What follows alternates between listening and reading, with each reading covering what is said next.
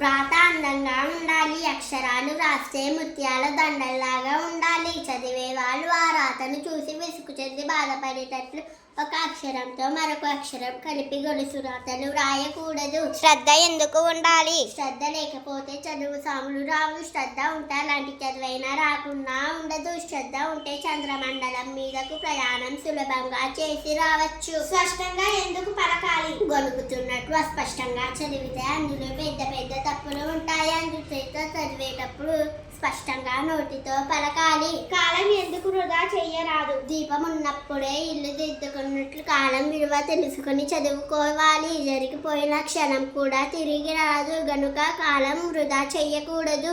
కుదురైన అందంగా ఉండే దస్తూరి వ్రాత సరాలు దండలు వేసాలు బాధపడు శ్రద్ధ ఇష్టం యాత్ర ప్రయాణం వేళ సమయం స్పష్టముగా తెలిసేటట్లు ఒదుగుచుండు కలుగుచుండు కడచిపోయిన జరిగిపోయిన ఊరక వ్యర్థంగా బద్ధకం సోమరితనం మొద్దు తెలివి తక్కువ వారు.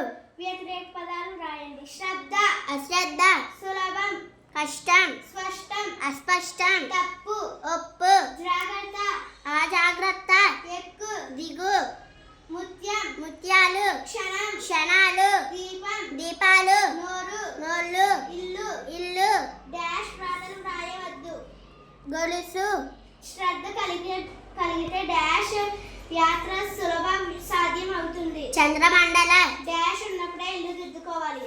దీపం శివుడు ఎద్దు విష్ణువు గ్రద్ద బ్రహ్మ హంస మొద్దు బల్ల.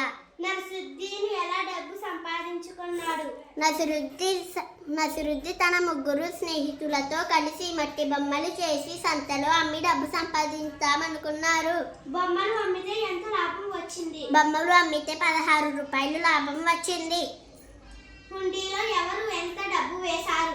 మొదటివాడు 1 రూపాయి, రెండోవాడు 2 రూపాయలు, మూడోవాడు 3 రూపాయలు హుండీలో వేశారు. నసిరుద్దీన్ ఏమి చేశాడు? నసిరుద్దీన్ తన 4 రూపాయలు జేబీ రుమాల్లో మూటగట్టి ఆకాశం కేసి చూస్తూ, అలా నేను అన్నట్లుగానే ఈ 4 రూపాయలు నీకు ఇచ్చేస్తున్నాను. ఇందులో మొహమాటం పడకుండా నీకు కావాల్సింది తీసుకొని అక్కరలేనిది నా మీద పడి అని మూటను పైకి విసిరాడు. మళ్ళీ నేల మీద పడుతున్న మూటను అందుకొని, అల్లాకే ప్రస్తుతం డబ్బు అవసరం లేదు కబోలు, మళ్ళీ తిరిగి నాకే ఇచ్చేస్తున్నాడు అంటూ డబ్బు జేబీలో వేసి ముక్కుల వంతు 3 వంతులు 3/4 వంతులు. దోస్తులు స్నేహితులు హుండీ కనుక వేసే పెట్టే. వ్యతిరేక పదాలు రాయండి. సంపాదించు ఖర్చు చేయు లాభం నష్టం మిగులు తగులు అమ్ము కొను పైకి క్రిందికి అవసరం అనవసరం ఎక్కువ తక్కువ సాయంకాలం ఉదయం.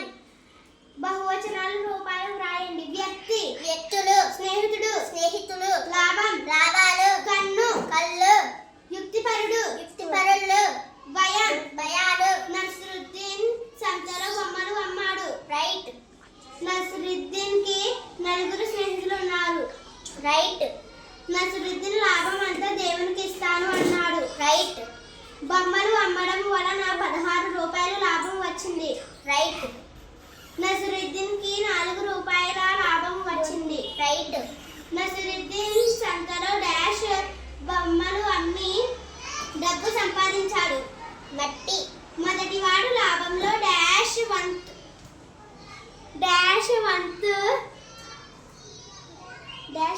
దేవునికి ఇస్తాను అన్నాడు. 4 రెండవవాడు లాభంలో డాష్ వంతు దేవునికి ఇస్తాను అన్నాడు. సగం. మూడవ వాడు డాష్ వంతు దేవునికి ఇస్తాను అన్నాడు. ముక్కాలు. అన్నమాట తప్పితే డాష్ పోతాయి. కళ్ళు. ఒక్కొక్కరు డాష్ రూపాయల వంతున పంచుకున్నారు. 4 నసిరుద్దీన్ 4 రూపాయలు డాష్ లో కోత కట్టాడు. జేబీ రుమాల. డాష్ కి ప్రస్తుతం డబ్బు అవసరం లేదు కాబోలు. అల్లా. జవాబు రమేష్ బాబు ఏ ఊరిలో ఉన్నాడు? రమేష్ బాబు గుంటూరులో ఉన్నాడు. రమేష్ బాబు తండ్రి పేరేమిటి? రమేష్ బాబు తండ్రి పేరు వెల్లంకి రామారావు. రమేష్ బాబు తండ్రి ఏ ఊరిలో ఉన్నాడు? రమేష్ బాబు తండ్రి కుక్కట్పల్లిలో ఉన్నాడు. రమేష్ బాబు ఎక్కడ ఉండి చదువుకుంటున్నాడు? రమేష్ బాబు గుంటూరులో ఉండి చదువుకుంటున్నాడు. రమేష్ బాబు తల్లిదండ్రులు అతని మామయ్య ద్వారా ఏమి పంపారు? రమేష్ బాబు తల్లిదండ్రులు అతని మామయ్య ద్వారా అరసెలు పంపారు. రామారావు కోరిక ఏమిటి? రమేష్ బాబు కోటర్లీ పరీక్షలో తరగతిలో మొదటి ర్యాంక్ సాధించాలని రామారావు కోరిక. రామారావు ఇంటికి దసరాకు ఎవరు వస్తున్నారు? రమేష్ బాబు అక్క బావ దసరాకు రామారావు ఇంటికి వస్తున్నారు. రామారావు కుమారుని ఏమని సంబోధించాడు? రామారావు కుమారుని చిరంజీవి రమేష్ బాబు అని సంబోధించారు. రామారావు చిరునామా వ్రాయండి. వెల్లంకి రామారావు జిల్లా 500072. రమేష్ బాబు చిరునామా వ్రాయండి.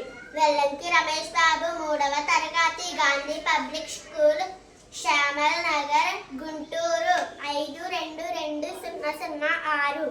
అర్థాలు వ్రాయండి. జాబు ఉత్తరం, జవాబు, సమాధానం, క్షేమం, కుశలం, మాస పరీక్షలు, నెలలో పెట్టే పరీక్షలు, క్వార్టర్లీ పరీక్షలు, 3 నెలల్లో పెట్టే పరీక్షలు, ఆశీసు, దీవెన.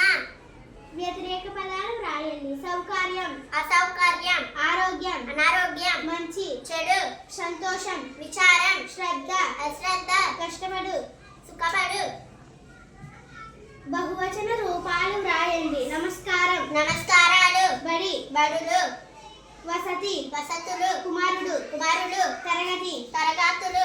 జాబులో ఊరు తేదీ ఏ ప్రక్కన వ్రాయాలి? పై భాగంలో కుడి ప్రక్క సంబోధన ఏ ప్రక్కన వ్రాయాలి? పై భాగంలో ఎడం ప్రక్క. ఉత్తరం రాసేటప్పుడు ఎవరిని ఎలా సంబోధించాలి? పిల్లలను చిరంజీవి అని, పెద్దలను పూజలైనా అని. జాబు రాసేవారు ఎక్కడ సంతకం చెయ్యాలి? క్రింది భాగంలో కుడి ప్రక్క. చిరునామా ఎక్కడ వ్రాయాలి? క్రింది భాగంలో ఎడం ప్రక్క.